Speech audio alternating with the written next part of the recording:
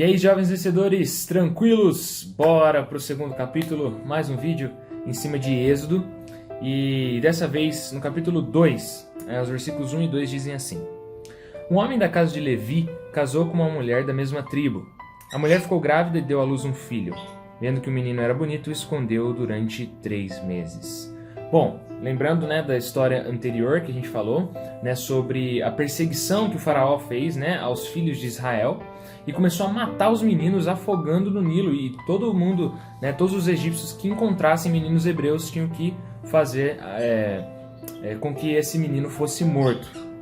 Então, nesse ambiente aqui, Amram e Joquebede, que eram os pais de Miriam e de Arão, a gente vai ficar sabendo disso mais pra frente no texto, mas esse casal, Amram e Joquebede, tem um outro filho, e justamente nesse tempo de infanticídio, nesse tempo de perigo.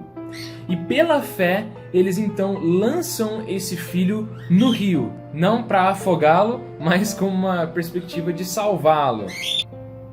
Então, nessa tentativa de salvar o menino, eles colocam ele num cesto, e jogam ele no Nilo, para que então, de alguma forma, pela fé, Deus poupasse a vida desse menino. De alguma forma, alguém o encontrasse, cuidasse dele às escondidas. Então, eles colocaram ali, e a fé desses pais foi de uma forma tão tremenda que depois lá em Hebreus nós vamos ler que os pais tiveram essa fé, não somente a Joquebede, mas também o pai Amram.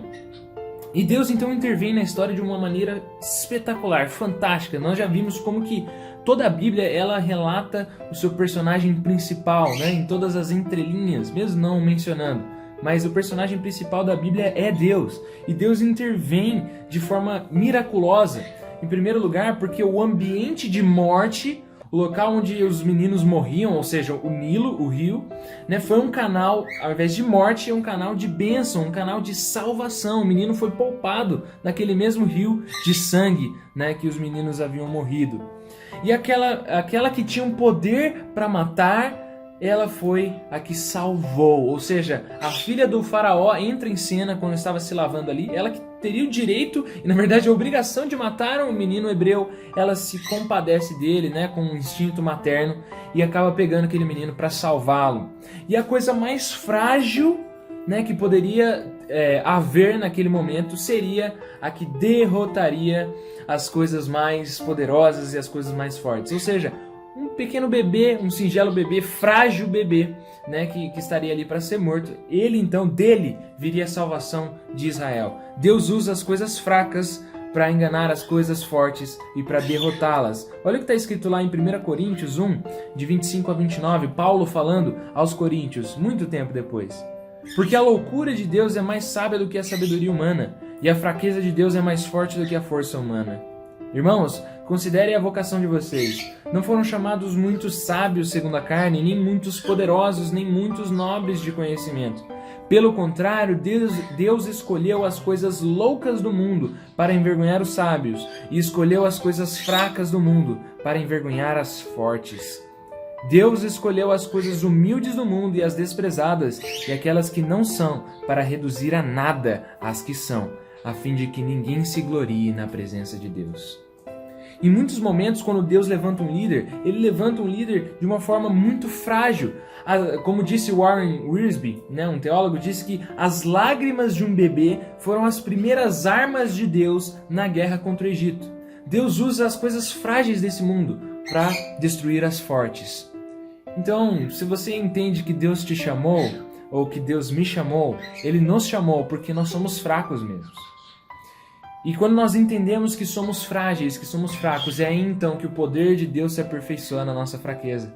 É então nesse momento que nós entendemos que Ele nos chama para que a glória seja dada a Ele, somente a Ele, e não a nós.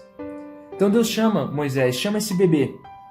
E o que é interessante é que Deus recompensa, Deus retribui a fé de Joquebede, dando a ela a oportunidade de criar o menino. Deus recompensa a fé de Joquebede, dando a bênção de amamentar e ver crescer o seu próprio filho. A Miriam traz o bebê de volta para sua mãe, como uma forma ali de retribuir o presente de Deus àquela mulher, quando a filha do faraó disse que não haveria como amamentá-lo. Então ela precisaria de de uma mulher que o criasse. Moisés então cresce e ele é educado no palácio egípcio. É preciso lembrar também que o Egito era uma fonte espetacular e talvez a maior da época de desenvolvimento na engenharia, na medicina, na astronomia. Então Moisés ele foi criado como um egípcio ali por muitos e muitos anos. Ou seja, Deus estava preparando o seu líder. Deus estava preparando o líder mesmo numa nação corrupta, uma nação pagã. Deus estava preparando o seu líder em todas as áreas do conhecimento. E pode ter certeza que Deus também pode estar fazendo isso com você hoje. Deus pode estar desenvolvendo o seu conhecimento porque Ele deseja usar você como um instrumento poderoso nas mãos dele.